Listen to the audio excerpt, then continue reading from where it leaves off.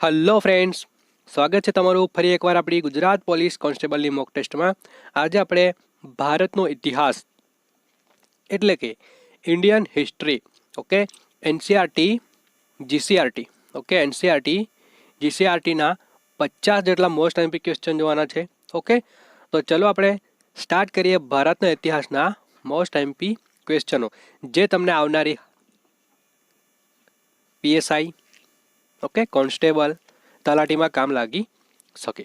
ચલો, પ્રથમ ક્વેશ્ચન છે કે રાષ્ટ્રીય અભિલેખાગાર ક્યાં આવેલું છે? રાષ્ટ્રીય અભિલેખાગાર ક્યાં આવેલું છે? તો દિલ્હી ખાતે। ઓકે, જોડે જોડે અહીં જવાબ પણ આપવામાં આવ્યા છે। તો આ તમારે 50 જેટલા ક્વેશ્ચનો છે ને એ નોટ ડાઉન કરી લેવાના છે અથવા તો તમારે યાદ રાખી લેવાના થાય છે। ચલો, અહીં તમે યાદ રાખી લ્યો કે રાષ્ટ્રીય અભિલેખાગાર દિલ્હી ખાતે આવેલું છે। ડન। ચલો, સુરેન્દ્રનાથ સેને મહાવિદ્રોહ અંગે કયું પુસ્તક લખ્યું છે? તો યાદ રાખવાનું છે તમારે, સુરેન્દ્રનાથ સેને મહાવિદ્રોહ અંગે 1857 નામનું પુસ્તક લખ્યું છે। ઓકે, 1857 નામનું પુસ્તક કોણે લખ્યું છે? તો સુરેન્દ્રનાથ સેને। ડન છે। ચલો ચલો નેક્સ્ટ ક્વેશ્ચન છે કે ભારતીય વિદ્યાભવન ગ્રંથ શ્રેણીના સંપાદક કોણ છે? યાદ રાખવાનું છે તમારે, ભારતીય વિદ્યાભવન ગ્રંથ શ્રેણીના સંપાદક છે આરસી મજમુદાર। ઓકે, આરસી મજમુદાર તમારે યાદ રાખવાના થાય છે। ડન। ચલો, ઈસવીસન 1857ના મહાવિદ્રોહ પર સંશોધન કરનાર ગુજરાતી ઇતિહાસકાર કોણ હતા? ઓકે, આવું તમારે સ્ટાર વર્ડ થઈ જતું હોય છે, કારણ કે 1857ના વિપ્લવમાં ઘણી બધી ઘટનાઓ બની ગયેલી હશે, એમાં તમને ઘણી બધી ઘટનાઓ યાદ હશે, પણ તમારે યાદ રાખવાનું છે કે 1857ના મહાવિદ્રોહ પર જે સંશોધન કરનાર આપણા ગુજરાતી ઇતિહાસકાર કોણ હતા? તો રમણલાલ ધારૈયા।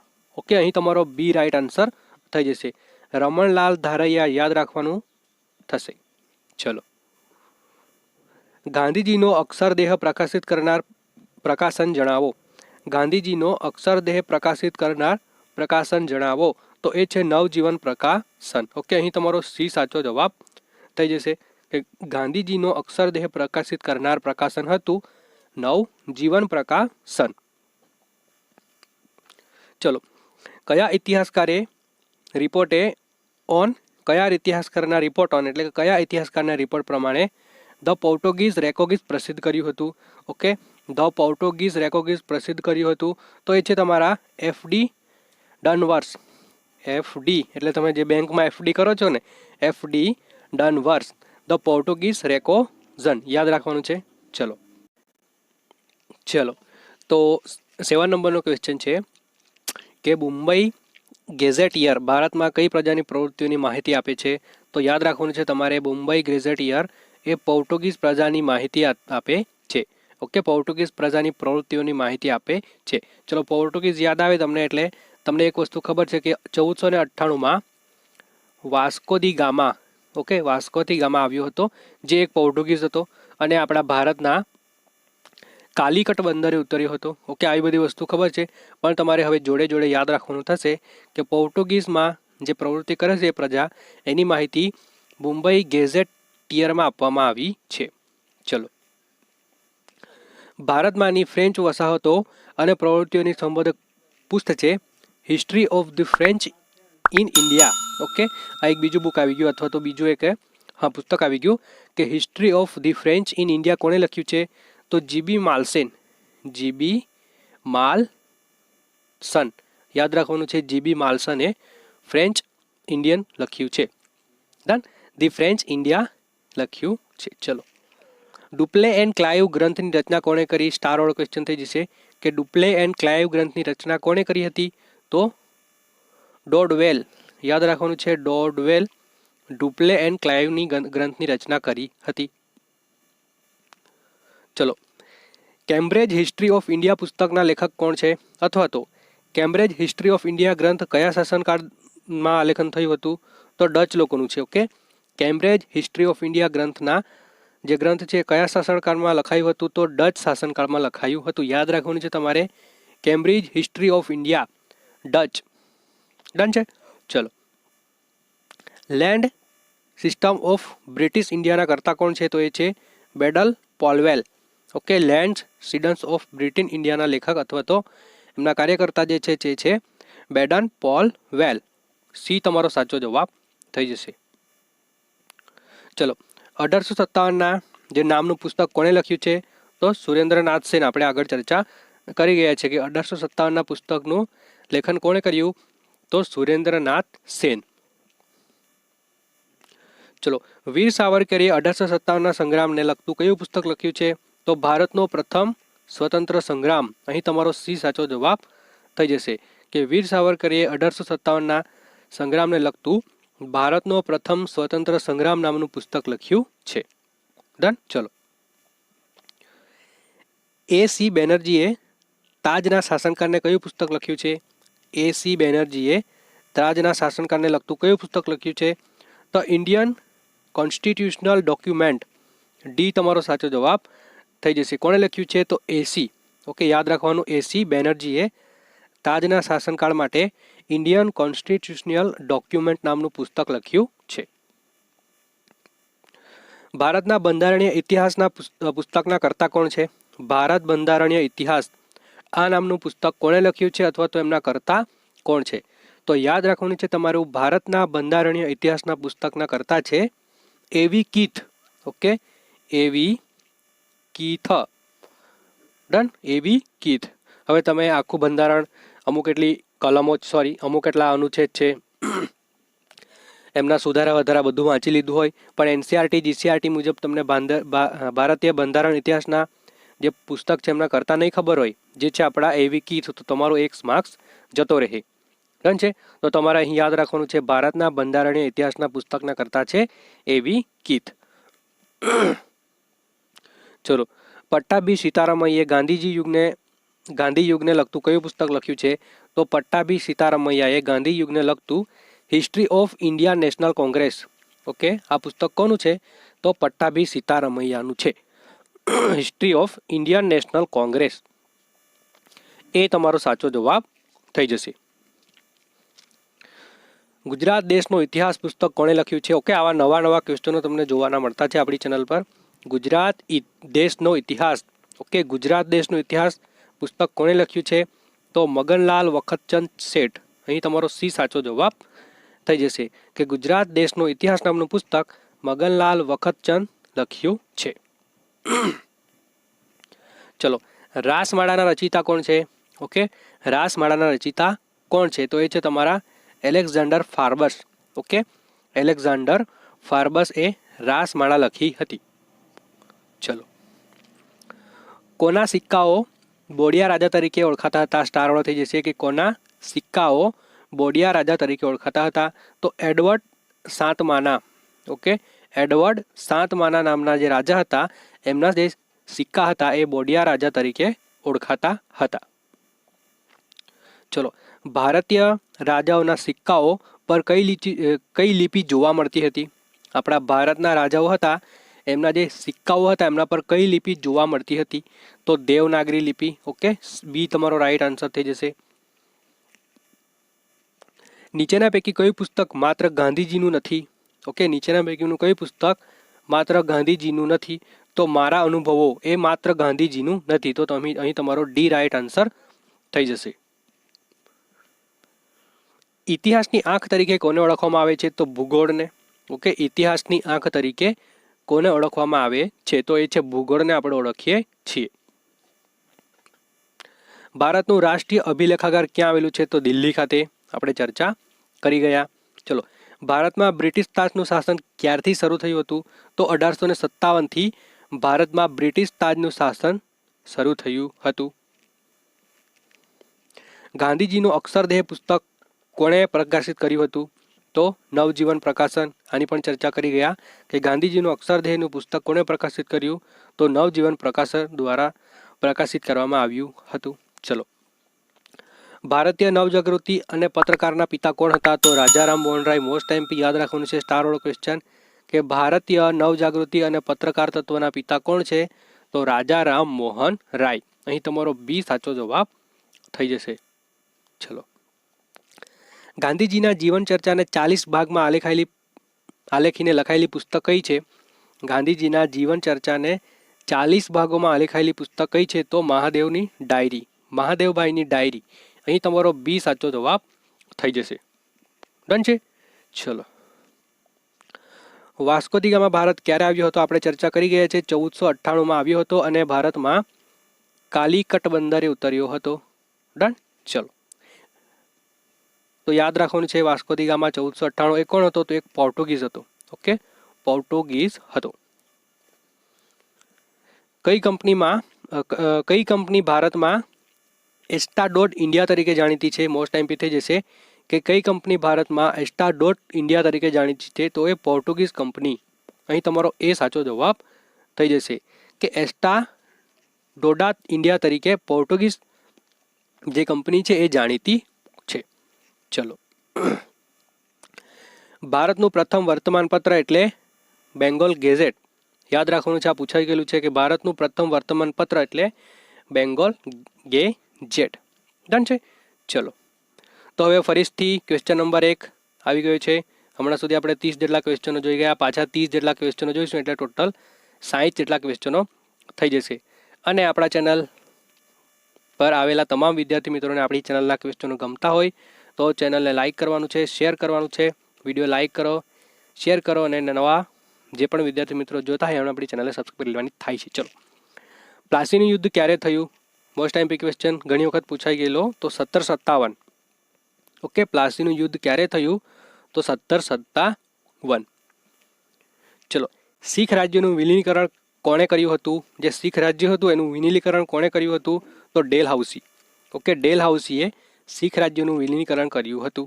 ઓકે, ડેલહાઉસી આવે એટલે આપણે એને યાદ આવવું જોઈએ 1853માં રેલવેની શરૂઆત થઈ હતી. ઓકે, આમના સમયમાં ઘણા બધા ટપાલ સેવા શરૂ થઈ હતી, ઘણી બધી વસ્તુ આમના સમયમાં થઈ હતી. તો ડેલહાઉસી મોસ્ટ ટાઈમ રહેશે, તમારે વાંચી લેવું, ડિટેલથી એમનું વાંચી લેવું. ચલો, નાદિર શાહ પર ભારતનું આક્રમણ ક્યારે થયું? નાદિર શાહનું ભારત પર આક્રમણ ક્યારે થયું હતું? તો 1739માં. ઓકે, આ કોણ છે નાદિર શાહ? તો નાદિર શાહ એ જ વ્યક્તિ છે જે આપણા ભારતમાંથી કોહિનૂર લૂંટી ગયો હતો. ઓકે, કોહિનૂર નામનો જે હીરો હતો ને એ લૂંટી ગયો હતો અને જોડે જોડે મયુરાસન જે સિંહાસન હતું એ પણ લૂંટીને લઈ ગયો હતો. ડન. ચલો, હૈદરાબાદ રાજ્યનો શાસક કોણ હતો? તો નિઝામુલ ઉલ્ક. ડી તમારો સાચો જવાબ થઈ જશે કે જે તે સમયે આપણો ભારત દેશ આઝાદ થયો ત્યારે ટોટલ 4 જેટલા એવા રાજ્યો હતા જે ભારત સાથે જોડાવા માંગતા નહોતા. જેવી રીતના એક થઈ ગયું તમારું જમ્મુ કાશ્મીર, જૂનાગઢ, હૈદરાબાદ. ઓકે, અને બીજું ચોથું કયું છે તમારે કોમેન્ટ કરવાનું છે. જેમાંથી જે હૈદરાબાદ હતું એમનો શાસક હતો નિઝામુલ ઉલ હક. ડન છે. ચલો, અને એકમાત્ર જૂનાગઢ એવું રાજ્ય હતું જે પાકિસ્તાન સાથે જોડાવા માંગતું હતું.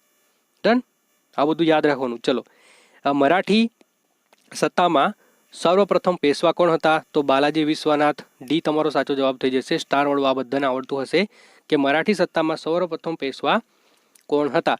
તો બાલાજી વિશ્વનાથ. ચલો, કયા મુગલ સમ્રાટે શાહુને નજરકેદ કર્યો હતો? કયા મુગલ સમ્રાટે શાહુને નજરકેદ કર્યો હતો? તો ઔરંગઝેબને. અહીં તમારો એ સાચો જવાબ થઈ જશે કે કયા મુગલ સમ્રાટે શાહુને નજરકેદ કર્યો? તો ઔરંગઝેબે શાહુને નજરકેદ કર્યા હતા. પાણીપતના ત્રીજા યુદ્ધમાં કોની સામે મરાઠા સત્તાનો પરાજય થયો હતો? તો અહમદ શાહ અબ્દાલી.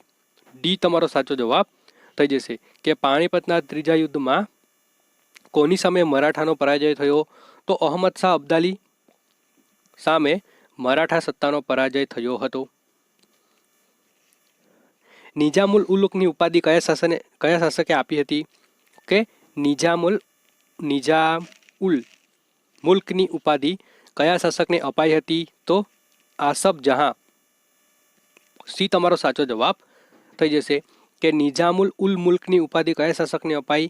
તો આસફ જહાંને અપાઈ હતી. ચલો, હૈદર અલીના પુત્રનું નામ શું હતું? પૂછાઈ ગયેલો ક્વેશ્ચન સ્ટાર વાળો કે હૈદર અલીના પુત્રનું નામ હતું ટીપુ સુલતાન. બી તમારો સાચો જવાબ થઈ જશે. ટીપુ સુલતાનની રાજધાની કઈ હતી? તો શ્રીરંગપટ્ટમ. ડી તમારો સાચો જવાબ કે ટીપુ સુલતાનની રાજધાની હતી શ્રીરંગપટ્ટમ. ટીપુ સુલતાનની રાજધાની શ્રીરંગપટ્ટમ ચર્ચા કરી ગયા. ચલો, હૈદર અલીના પુત્રનું નામ ટીપુ સુલતાન ચર્ચા કરી ગયા. સેમ ક્વેશ્ચન છે.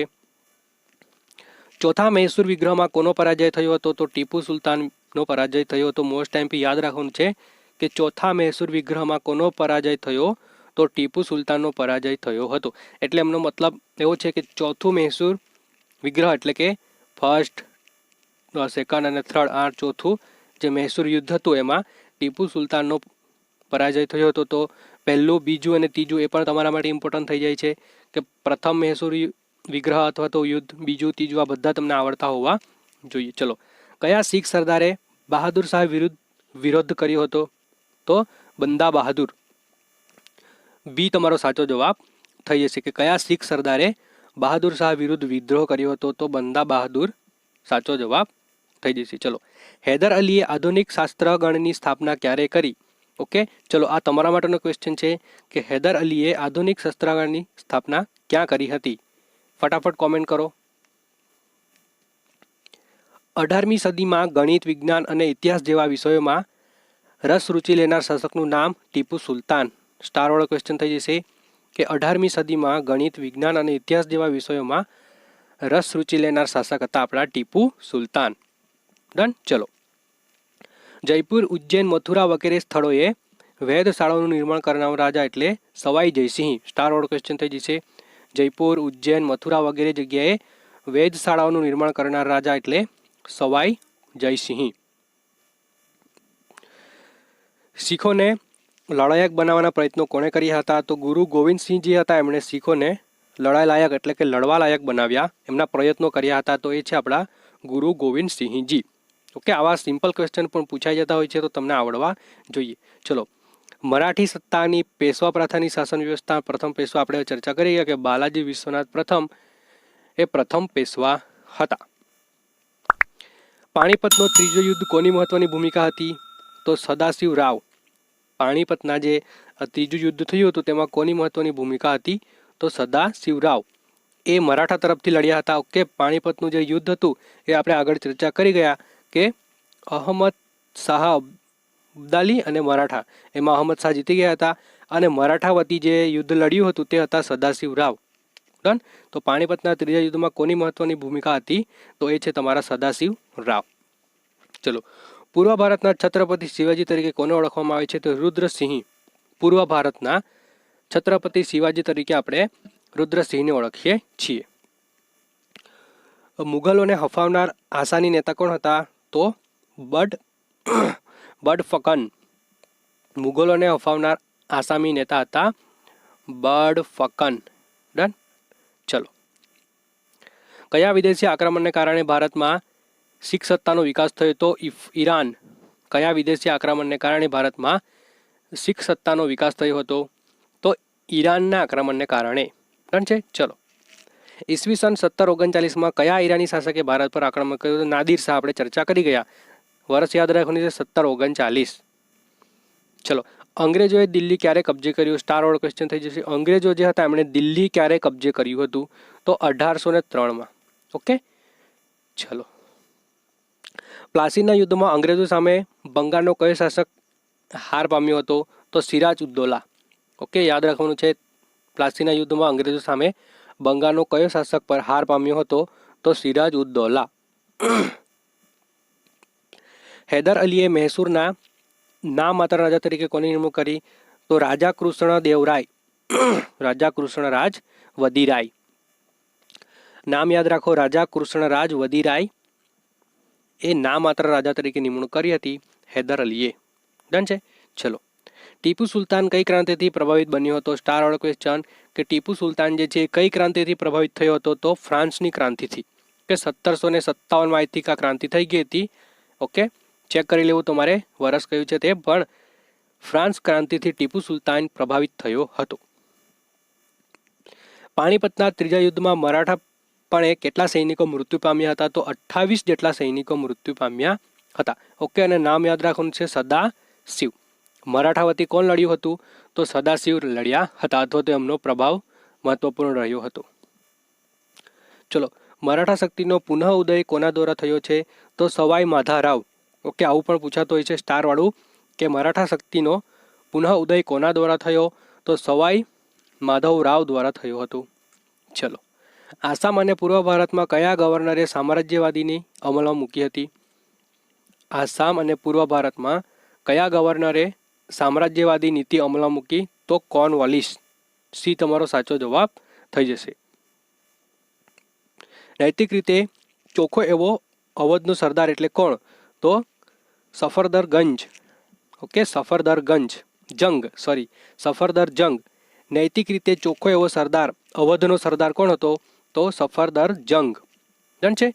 ચલો, તો થેન્ક યુ ફોર વોચિંગ વિદ્યાર્થી મિત્રો. મળીએ છીએ બીજા મોસ્ટ એમ્પી ક્વેશ્ચન લઈને. ત્યાં સુધી થોડુંક ફેક્ટ અહીં લઈને આવ્યા છે, તો ફટાફટ જોઈ લ્યો કે ખેરગામ તાલુકો નવસારીમાં આવશે, જામ જોધપુર જામનગર, જામ કંડોરણા તાલુકો રાજકોટ, માણિયા જે મોરબીમાં આવેલું છે, માણિયા હાટીના જે જુનાગઢ. ઓકે, માણિયા મિયાણા પૂછાય તો મોરબી, હાટીના પૂછાય તો જુનાગઢ, માંગરોળ સુરતમાં, પછી બીજું માંગરોળ છે જુનાગઢમાં, અને શહેરા તાલુકો પંચમહાલમાં. ડન છે? તો મળીએ છીએ બીજા મોસ્ટ એમ્પી ક્વેશ્ચન લઈને. ત્યાં સુધી જય હિન્દ, જય Bharat. Thank you for watching વિદ્યાર્થી મિત્રો.